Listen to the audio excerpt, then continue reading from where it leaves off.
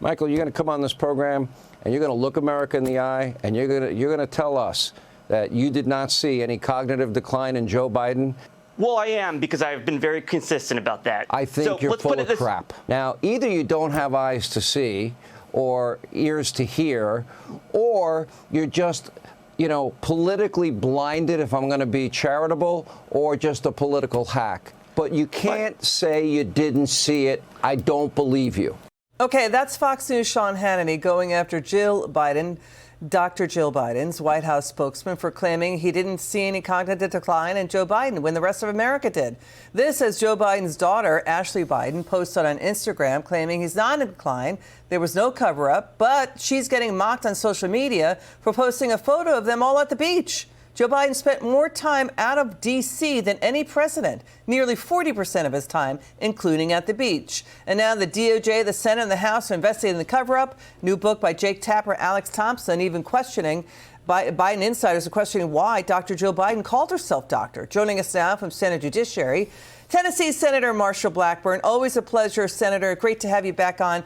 Okay, so given all of that, what is Senate Judiciary investigating here in this cover-up? What are we finding out now about who in Biden's White House used this R-Tenn, and what policies affected America here?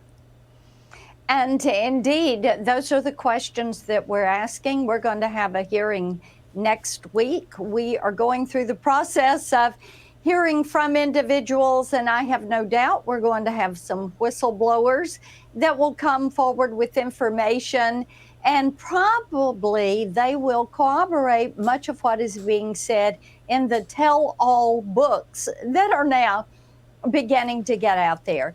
It is unseemly that there is a group of individuals that were making decisions and were using the auto-pen to attribute their decisions to the President of the United States.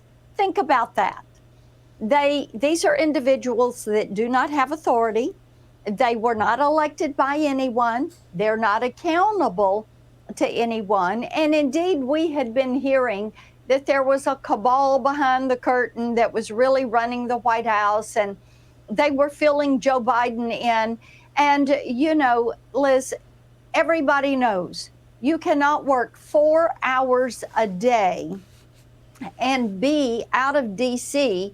40% of the time and be the leader of the free world. It's impossible.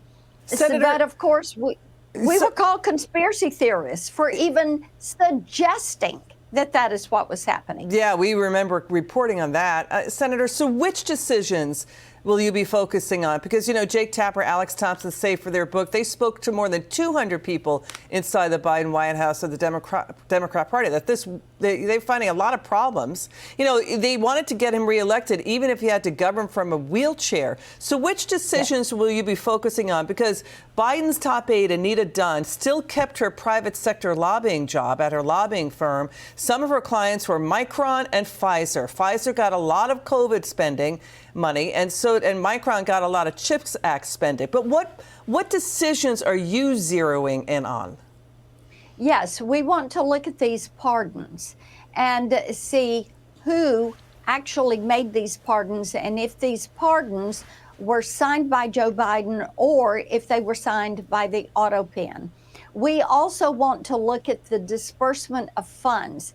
And when you hear from some of those that were at the Department of Energy and over at the EPA, and they talk about pushing barrels of gold off the Titanic and into these organizations, how were they executing these contracts and how were they deciding on the organizations? We also want to look at some of the nominees for judges and see if those were actually done by Biden or if those were people that were pushed forward by his team and Biden was unaware of it, because we had many of them that had no judicial experience. They had never clerked for a judge and they had no basis. They were activists going to the bench. Wow, that's really interesting stuff. Senator Marsha Blackburn, always a pleasure to see you again. Thanks for joining us tonight. Really interesting information. Appreciate you so much.